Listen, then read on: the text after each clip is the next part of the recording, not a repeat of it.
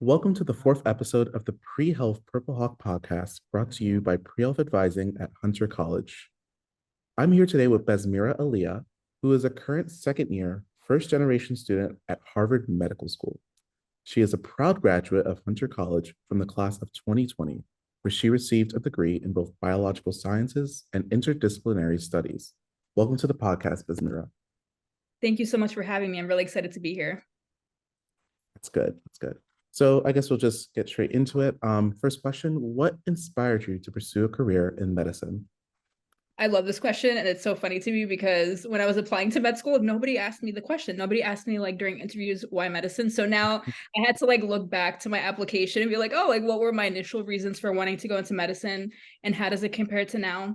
And I think like a lot of the reasons have honestly stayed the same. I will say like the first thing that is so gratifying to me and just gives me so much joy is the fact that a patient comes to you, like the physician's office or whatever health care professional or health professional school you're applying to, and they're there because they trust you, or they're there because they have nobody else to go to, or because they've just run out of options. And I think just having that level of trust, like a person trusting you that much, is just so powerful and impactful.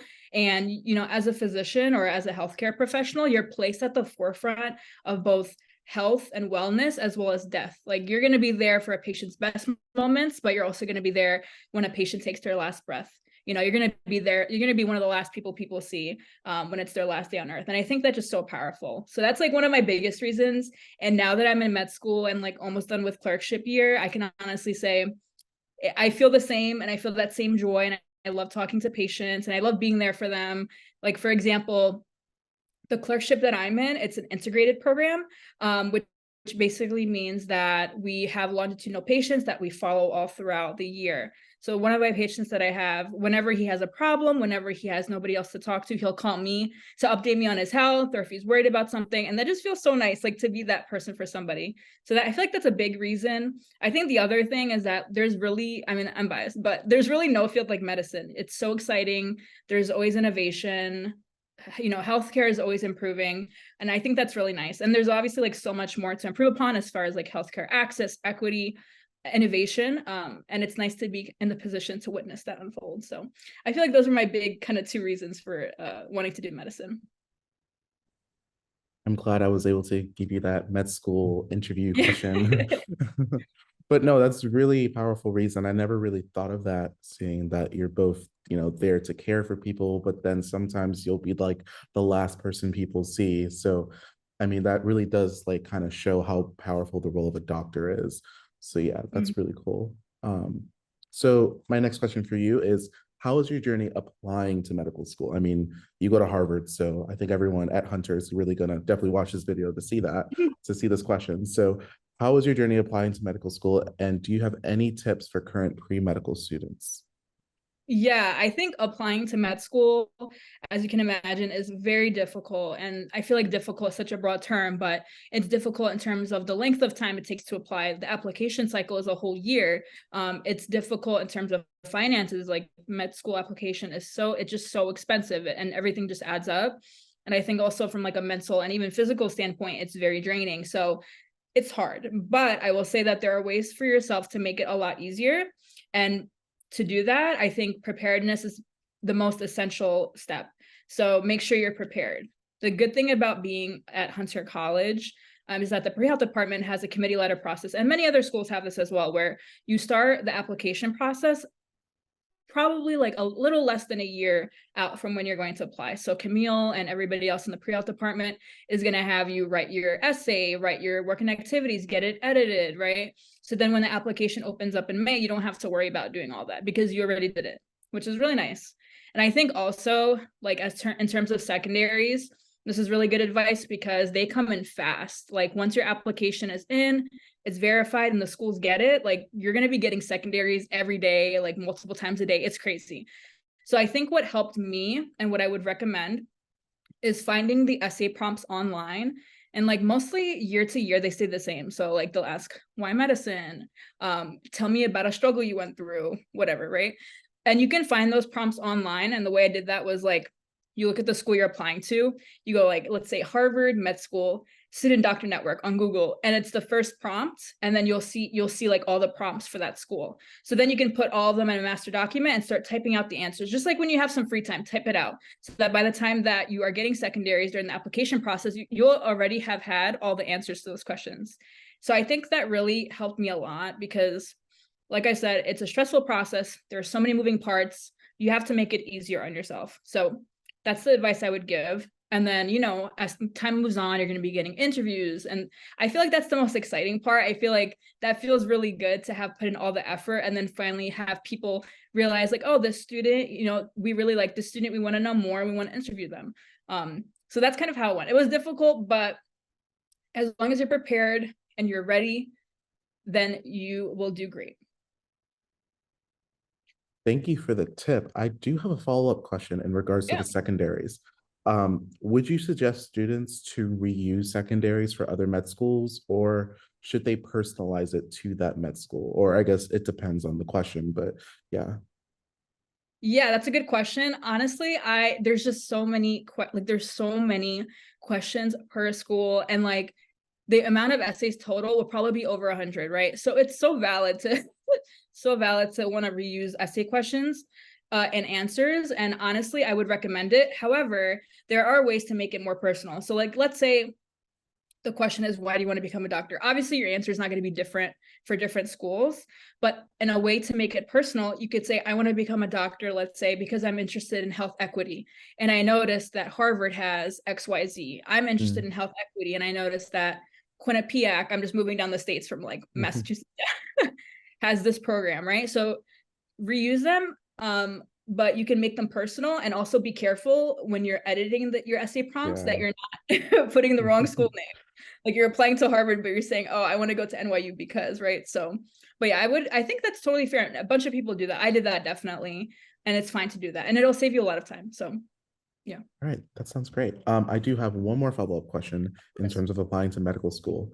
A lot of pre-med students, including myself, like, we're all striving for A's in all of our classes. I mean, as you should, right? However, sometimes when we get to a certain point in a class, right, you might feel like, you might get a B, right? So, or even a C. My question is, do you need a 4.0 to get into medical school? That's mostly my question. Yeah, that is a great question. I know many people have that question. You do not need a 4.0 to go to a good any med school, let alone like a very like top. I know like at Hunter, everybody's aiming for like top tier med schools, like as you should, and you are all very capable of that. But you do not need a 4.0. And like things happen, like sometimes you might be having a semester where you have more responsibilities. A lot of people at Hunter are like first gen or like low income students, and so they're working, they have jobs on the side. I think it's totally and absolutely fine if you don't have an A plus in every single class. If you get a B, 1B is fine. Even 1C is fine. I think what they want to see is that it's not a trend. So like if you're getting a C every single semester, that can be kind of a red flag. Or if you're starting off as a 4.0 student and then you're dropping down to like a 2.0, that's a very drastic example. But if you're doing worse, that's a bad sign. But like let's say you're a first semester freshman and you get a C, but then after every other semester you get an A plus, like that's going to be fine because they'll see that you're a first semester freshman or like first semester sophomore, whatever the case is, and that you improved and you didn't make it a trend. So I think it's totally, everybody's afraid of like getting, even I was totally afraid of like getting B's and Mm, even A minuses. I was like, oh no, but yeah, yeah. really not a big deal. And also GPA is just one metric on how to evaluate you. There's so many other ways for a student to be evaluated. So Right. yeah. Yes. Thank you for that response because Yeah. I have a lot of friends, including myself, who like get an exam grade back and then just start crying and just like breaking down because they're like, oh no, I'm gonna get an A minus in the class or something. And I think it's important to hear from someone who's been through it, who's successfully gotten into med school to know that like it's okay. So Yeah. thank you for that. Of Yeah. course, absolutely. And I've had my fair share of those moments too where I'm like, oh my God, my life is over. I'm a failure. But it's really not that deep. Like you will be fine. No, I genuinely see myself looking back. I'm like, really? I was like that. I was overreacting like that. Are you kidding me? Yeah. So valid. So valid. Um, So my next question, I know you brought up Hunter College a lot, so I did want to ask, how was your time at Hunter College, specifically as a pre-med student? Yeah, so it's actually so funny because I feel like even my journey as to how I became a pre-med is very weird. So I'll talk about it. So basically, when I was a high school student, obviously, I don't know, I was like 17, yeah, like 17 years old. I don't know how anybody could possibly know what they want to do as a 17-year-old. Some people do, and that's great, but I was definitely very lost. So I don't know like what happened for me to be like, oh, I want to do engineering. I don't know. I really liked science. I like building things. I like innovation. And so I thought, oh, like, engineering could be cool. So I applied actually to the Grove School of Engineering at City College and I got in.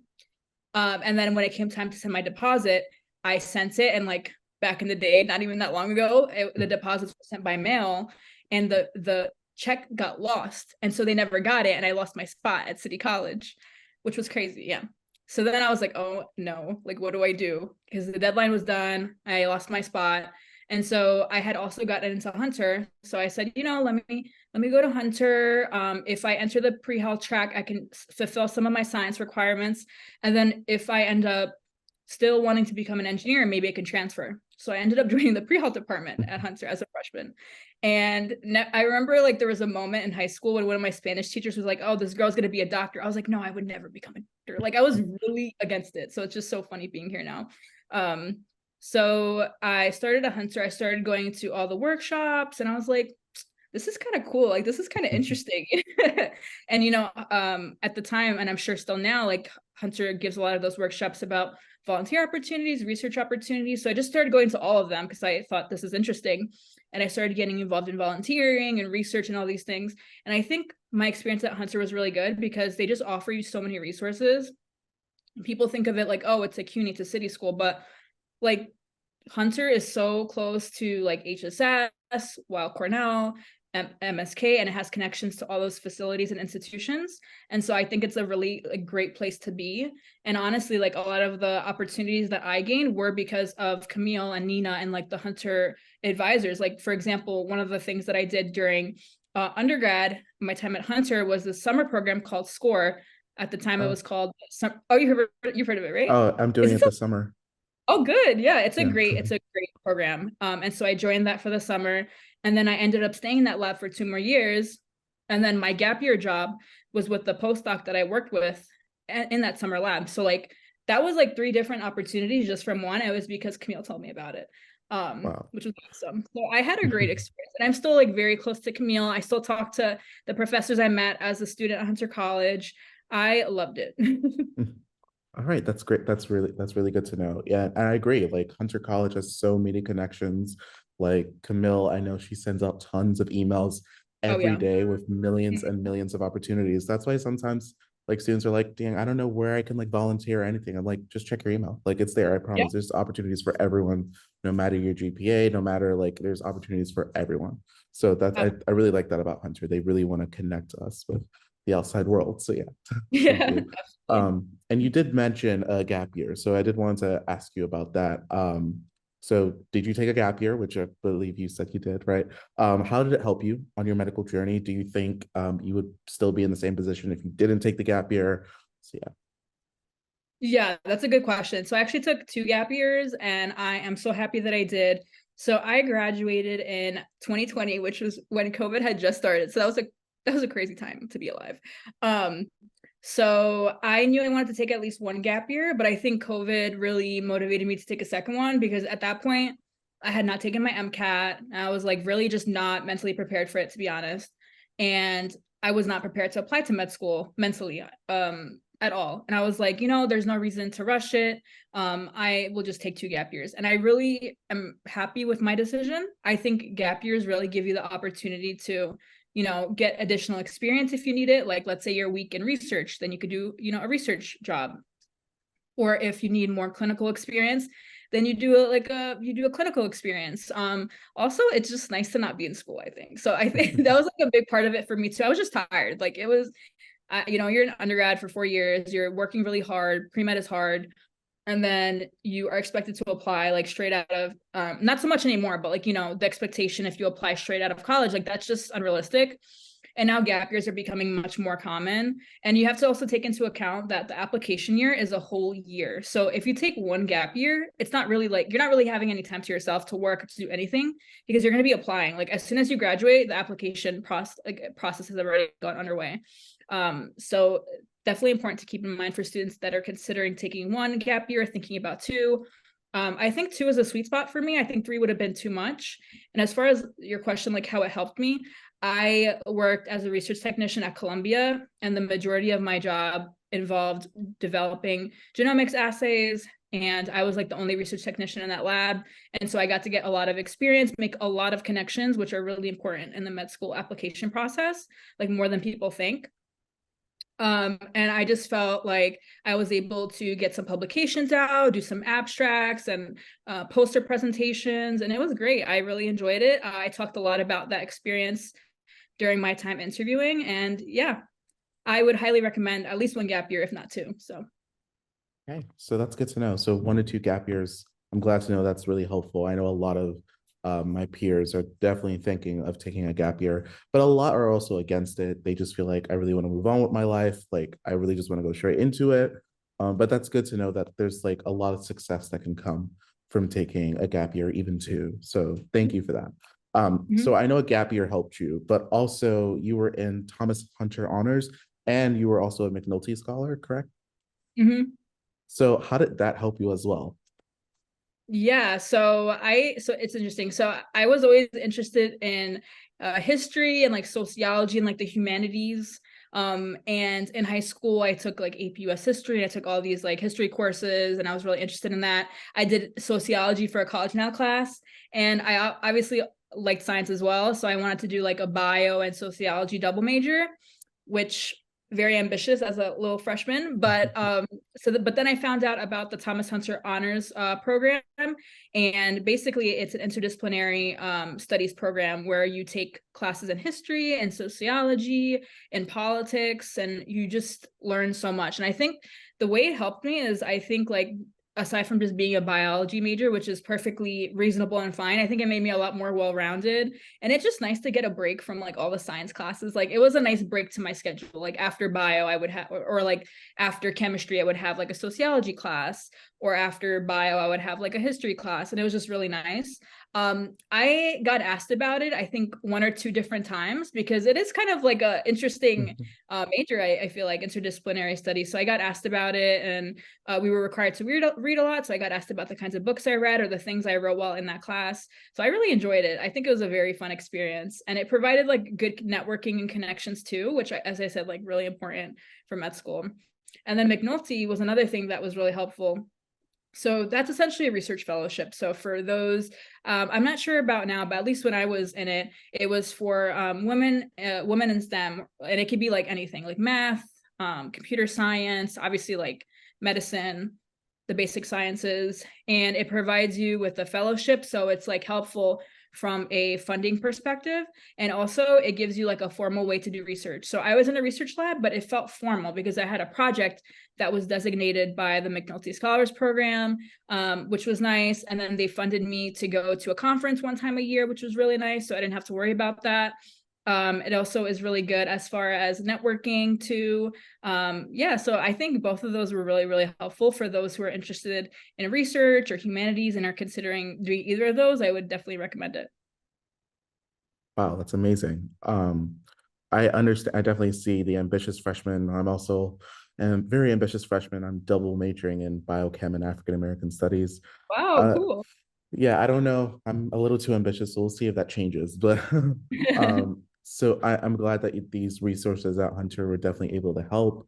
I think it's important that more students know that these opportunities exist, especially for students who are interested in, not just staying in STEM all their time in Yeah, undergrad. I also think, I don't know, I feel like med schools also want to see students who like also have other interests aside from science. Do yeah. you actually want to speak more on that? Like how your interest in like humanities might have helped your application, or how med schools might see that? Yeah. Yeah, I think that's a really good and interesting question. So like part of my theme in my application in the application cycle and the application process of my essays, whereas like my passion and even in current passion with working with underserved communities, like as I stated, I'm a first gen student. I was born in Albania and then immigrated to New York City, and so I'm an immigrant, and I think like just working with those populations was so impactful for me, not only as an undergrad but now as well. For example, the hospital I'm doing a clerkship at right now is called the Cambridge Health Alliance, and it is one of the only, if not the only, public hospital left in Massachusetts. And so most of the patients here either are underinsured or on Mass Health, which is like the Massachusetts equivalent of providing healthcare for those who don't have access to it, or there's like new immigrants that come who don't have access to healthcare and then they get insurance.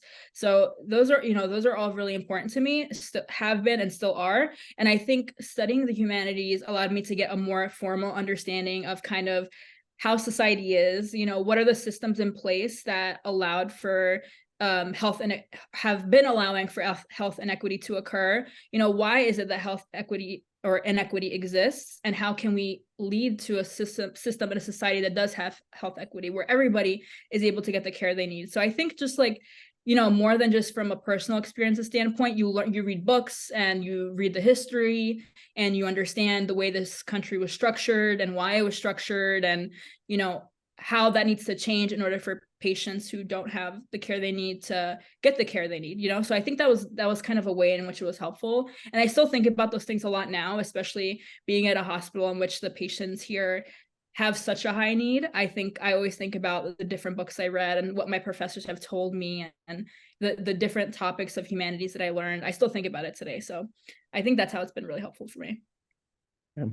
So you would highly suggest, I guess, to any pre-med student to try to take like some sort of humanities class in order to help with like that side of medicine, right? Absolutely. I think it's really, really important, especially as healthcare professionals. We're going into this field because we want to help people. I know it's like cliche, but really that's the core of it. We want people to get the care they need. And I think there's a massive, probably the majority of the United States patients that are not getting the help they need. And it's important to think about why and understand why, because that's going to really guide your practice and your work as a physician.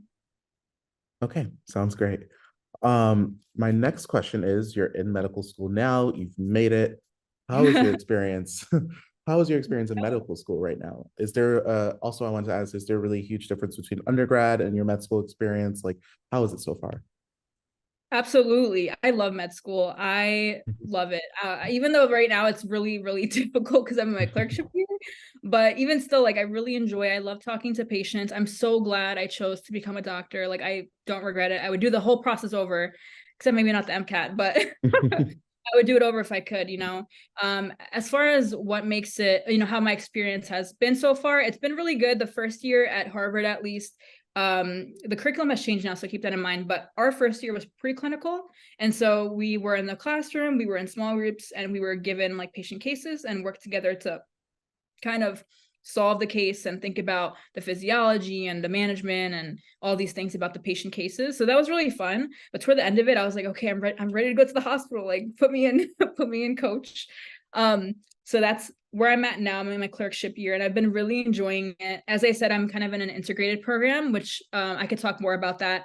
It basically involves instead of doing rotations in a block system, like 4 weeks of medicine and 4 weeks of psych or whatever, we do everything all together. So it sounds kind of chaotic, but that allows for us to have long-term relationships with our patients. So like somebody we met in September, we're still like following and taking care of to this day. And I think that's really fun for me. I've been really enjoying that. And now that I'm almost done with my clerkships and I'm thinking about applying to residency next year, which is crazy, I feel like that's a whole other chapter of my life that I'm really looking forward to. So yeah, long story short, I've been loving it. As far as like what makes it different from undergrad, I feel like undergrad, there's a lot of hoops you have to jump through, especially being from like the CUNY system. Like it's really terrible to even think about and it frustrates me. But honestly, the students that go to like the Ivies, they definitely have a leg up. I think most people know that. People just don't say it. And they have a lot more connections and a bigger network. And so I think just as like a CUNY student and anybody who doesn't go to these big, massive Ivy League schools or schools that are like top tier, makes it really challenging. And there's just a lot you have to do. You have to do research, you have to do volunteering, you have to do shadowing, you have to do non-clinical volunteering. I feel like I was always working. I would like leave my house at like, I don't know, 7 a.m. and get back like at 9 or 10 p.m. like every day. Whereas in med school, now you're here, you made it, right? So now you can really spend your time focusing on things that you want to do. So if that's research, then you do research. If that's shadowing, then you can shadow. If that's volunteering volunteering with a local nonprofit organization, you can do that. And I feel it's much more impactful too, because it's something that you want to do, right? And also, I think the things that you're learning are not just important for an exam. You're learning things because that's going to help you take care of patients in the future. So the actual knowledge and content feels a lot more applicable and useful too. So I think those are like the big differences between undergrad and medical school. But I love it. I'm very happy here. Okay. So overall, you would say that you genuinely like do enjoy your med school experience. Could Yeah. you argue maybe even more than your undergrad experience? Oh, definitely. Yeah, I Okay. definitely enjoy med school more than undergrad, I will say. I just feel like it feels nice to just kind of be in a position where like it's set. Like as long as I follow this path, I'll become a doctor. Like you're already in med Right. school. The next step is, you do your clerkships, you apply to residency, and then you match, and then you're a doctor. So that feels really good. It feels Yeah. like it's coming, it's coming soon. So yeah, Right. I think that should definitely give some inspiration for anyone who's watching this to keep going. Don't give up. exactly. So you seem to have had a lot of success in applying to med school, getting into med school, in med school. But also, for most people, and I think for everyone, there's challenges on that way to med school. So I wanted to ask, did you face any challenges on your medical journey? And if so, how did you overcome them? And I'm sorry, I know that sounds like the biggest interview question known to humanity, but No, it is a good question. I think so. I've definitely been asked this before, and I think my answer to this was definitely the MCAT. Like I've never, even since high school, like the SAT, the MCAT, I've never been great at standardized exams. I think my brain just really does not, something about it just doesn't click. Okay. And so that process was really difficult for me.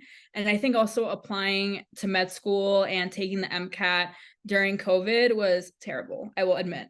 And so just studying for that was really challenging. And then I took it during COVID, and the score that I got, honestly, I don't think was necessarily a representation of me, but it was during COVID, and I had to choose between retaking the MCAT or like working, to make money and get more experience. And so that was really difficult. Like I really had a big challenge there to decide what option, what path was more worth it. I ultimately decided that I wasn't going to retake it, which was probably, I mean, it worked out, but like at the time was really risky, because you know you need you should meet a minimum MCAT score in order to like move on to the next step. And so I decided to not take it. And instead, I spent more energy kind of working on my secondaries, my application, my school list. And ultimately, it ended up being fine. But that was a pretty big like bump in the road, like getting my MCAT score and not being happy with it and trying to decide whether I spent another like 3 or 4 months retaking this test and paying for the exam and spending money on resources, or kind of moving on to the next step. So that was a pretty big challenge. But I had a lot of support, and regardless of what challenge any students face, just remember you have your friends, you have your family, you have your advisors that you can always turn to and lean on. So yeah. right. Honestly, that does give a lot of confidence to a lot of students out there who are like really scared for the MCAT, including myself, right? Yeah. And also I think that also shows like the holistic approach that a lot of medical schools take, right? The MCAT is not the biggest factor. So that's really good to hear is true. Yeah. um, and next up, as you said, the journey is tough. The MCAT is tough. Everything about medicine is tough, but it will pay off in the end. However, on this tough journey, did you have any free time? Like, were you able to enjoy yourself with friends and such? And if so, like, what were those things? Did you do things that you loved? Like, I know medicine is something that you love, right? That's like the good old application answer. But like in terms of a social life, were you able to maintain a social life during undergrad and such? Yeah, I think I feel like in the first year, that's a really good question, by the way. It's so important because medicine is really a marathon, not a sprint, and you need to develop healthy strategies to cope with how difficult it is. And honestly, experience, like if you think about it, and I remember having this conversation with my really good mentor now. He was telling me, like, when I first started med school, he's like, this process is traumatic. Like, you're going to be at the forefront of patients. Patients are going to be dying in front of you. You're going to be giving bad news. You're going to tell people that they have a month to live. Like, it's rough, right? And we're expected to just like hold on to that and keep pushing. And I think that's what leads to burnout. I think that's what leads to really high rates of, unfortunately, suicide amongst like students and physicians and residents and things like that. So I think that it's really important to have healthy habits and strategies and ways for you to kind of relieve that stress. Also having like good social networks and support groups. I think in undergrad during my first year, I did a bad job of that. Like, I really was really like locked in trying to study all the time. Like, oh, like, what do I do for research? What do I do for volunteering? Like, I was just perpetually really stressed, which is not good, honestly. And I think later on, I kind of tried to chill out a lot. I think after COVID too, I kind of realized like this is not sustainable and I can't keep up these habits when I go to med school. And I just wanted to say that because I want to give like people reassurance, because I feel like you hear a lot of like, there's like med school influencers and like they show kind of an unrealistic image of how undergrad is or like how med school is, and like they're going out all the time, and like it's okay if that's not you, but you know, you should develop healthy habits and make sure to make time to hang out with your friends, you know. So I would hang out with my friends on weekends, or like if I had a break between classes, I would get like coffee or lunch with a friend. I was going to the gym a lot in undergrad, like that was really helpful too, and I still go now to kind of relieve stress. And now I feel like in med school, like during my first year, I would go to New York City, like back, obviously, like where I'm from. I would go like every few weeks. Now I don't recommend that because it was very pricey, but you know, as a med student, especially if you have a pass fail curriculum, you have the time. So I would go, or friends would come here, or my family would come here, and like I would go back, like, you know. So there's definitely time to do those things, and I would recommend it because it's a long journey. You cannot be studying all the time and, you know, doing research all the time and stressing all the time. You have to find ways to enjoy yourself. So I like that. I like hanging out with my friends, my family. I love going to the gym. I love doing my nails. I've gotten into that recently. Kind of like learning how to do like be my own nail technician. So that's fun. And yeah. So I see that you have like a lot of self-care, basically. I think that's Mhm. something that's really overlooked. Um, and overall time management basically also is something Yeah. you want to hone in on. Is it okay if I can ask if you can maybe elaborate more on like time management? It seems that you've developed a system that's good for you, that's beneficial for you. So my question is like, how can someone like me, or how can any student, like Mhm. no matter if they're pre-med or not, develop a time management plan that works best for them? Yeah, that is such a good question. I think really time management is key in a lot of this, you know, undergrad and gap years, and even in medical school. And I think what I did that really was helpful is, if you know you have a, let's say you know you have a test in a month, right? Good time management is studying a bit every day, not just waiting till the last 2 weeks to study or the last week to study. And I think that also takes away a lot of the stress that students might feel. I still do that now. Like I have, for example, I have my pediatric shelf exam for my rotation in about a month and a half. So I've already started studying for that. You know, as soon as I finish my last one, I'm studying for this one. I'm doing little by little each day so that I'm not stressed out. And if you have like 3 difficult science classes, make sure you're splitting up the work in a way that you're completing work for every class and you're not neglecting every class, because then that leads to cramming and that leads to stress, and that's poor time management too, right?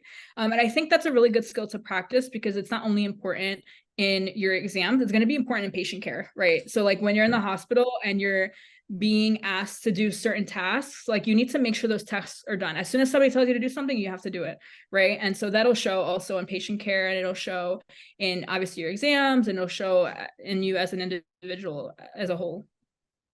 Yeah, that's good to know. Thank you so much for that tip. And finally, you're in med school, of course, you've made it to this point, but as there is still more steps to it. So my question is, what are your plans for after medical school? Do you know what you want to specialize in? Have you already started preparing to apply for residency? And also, how do you feel having to apply for residency? Yeah, so it's crazy because I'm about to finish clerkship year, and now I'm almost a third year med student, and next year I'll be applying to residency, which is actually insane. And Right. I had an insane and amazing, and I'm really excited for it. And I had an advising meeting recently to kind of plan out my third year and like what classes I'm going to take and what internships I'm going to do. So right now I'm really interested. I'm pretty much 100% set on applying for general surgery. I've always been interested in surgery since an undergrad, but obviously it's like that pre-med meme, like, oh, she wants to be like a surgeon as a, as a student. But I got a lot of exposure to it as a pre-medical student.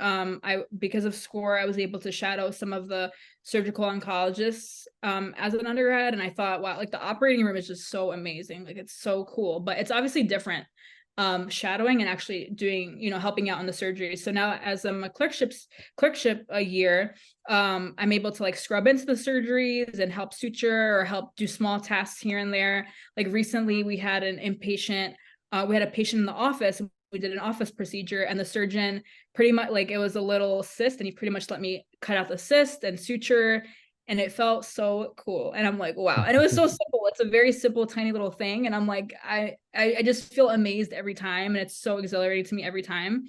And that's how it should feel when you pick a specialty for yourself, So I'll likely be applying into that, and I think like the thing about surgery that really excites me is a patient comes in with a problem and you fix it, and it's so gratifying. Like, you've done the job, you fixed what the issue is. Of course, like it's not that simple and all these things, but it just feels good knowing that a patient comes in with a problem and you're kind of the person there to help them with that. So that's my plan. I'll be applying next year. I'm trying to come back to New York City, so wish me luck. Yes, I wish the best of luck for you. And that sounds really cool. Like having to like just like get in there basically was is that how Yeah. the doctor was kind of like just like Yeah, it's so interesting. So the patient, so during these in-office procedures, they're very tiny. Like the patient doesn't need to be put asleep. They're usually just given a little local anesthetic, which numbs up the area so they don't feel anything, but the patient is pretty much awake. And so he made the initial incisions around the cyst to kind of mark the area for me to know where to right. essentially cut out the cyst. And then he just handed me the scalpel, and of course I can't be like, oh my god, really, because the patient's awake. So I just took it, and then he starts pointing and making these nonverbal movements. And so yeah, I just did it, and then toward the end he started suturing, and then he hands me the suture, and I finished it up. And usually he allows me, like pretty much after every surgery they allow us to suture after the surgery, like to close up the surgical sites, but I've never done it in an office procedure. And so it's really daunting because I'm like, the patient's awake, she's looking at me, she thinks I know what I'm doing. But yeah, so it's really cool. Jeez, I'd be so I don't even think I can do surgery. I'd be so nervous if that ever happened to me. I would just be standing there with the scalpel, like Like, what do you so yeah, I mean, overall, those are all my questions. Yeah. Thank you so much for taking the time today to speak to myself, to me, and also to sharing your experience with all Hunter students. I think on behalf of all Hunter students here, we are definitely grateful to hear your experience. And it's really nice to see that someone's gone through it. I mean, there's so many rumors that like, you start off with like 10,000 pre-health students and then there's like 5 left, but it's really cool to like see that, people have made it. And Mhm. I definitely think that today, this interview, this podcast will definitely allow other students to definitely continue and to persevere to get to where you are basically at right now and to continue. So thank you so much for sharing that. Of course, and thank you so much for having me. I think it's definitely daunting to be a pre-health student. It's very challenging. I feel like people don't realize it. Like what you're doing now is very hard, but you're doing it. And eventually you will graduate, and eventually you'll apply to med school, and eventually you will get in and you'll be a doctor. So just, keep going. Yeah. Gotta pray, make this go faster, please. Yes. I've been waiting for a while. It goes so fast. It goes so It fast. Like does. I know it's so corny to say this, but I'm gonna say it anyway. And I used to laugh when people used to tell me this, but really like enjoy the moment. Like I think Mm. that is some advice that I will hold dearly to me and also give to other people. If you're always wishing and hoping for the next thing, you're never gonna be satisfied. So that's why you have to, even though right now you're in orgo and orgo is really hard, you're gonna look back and be like, wow, like I can't believe I did that. So Yeah. enjoy the moment, live in the moment, and That's everything the will be goal. Feel proud of yourself. And I'm glad good. I'm assuming you feel proud of yourself. Yes, I do it. Sometimes I'm like, I can't still like I'm almost the third year. I'm like, I can't believe I'm in med school. I can't believe I go to Harvard. Like I feel like it never registers, but yeah. Well, once again, congratulations on getting into Harvard or being in Harvard and making it through Harvard. So yeah. Um, and overall, that's all I have on my end. So yeah, of Thank you. course. So thank you for being here today, and hope you have a wonderful rest of your day, and good luck on med school and residency. Thank you so much. Take care. Thank you. Bye.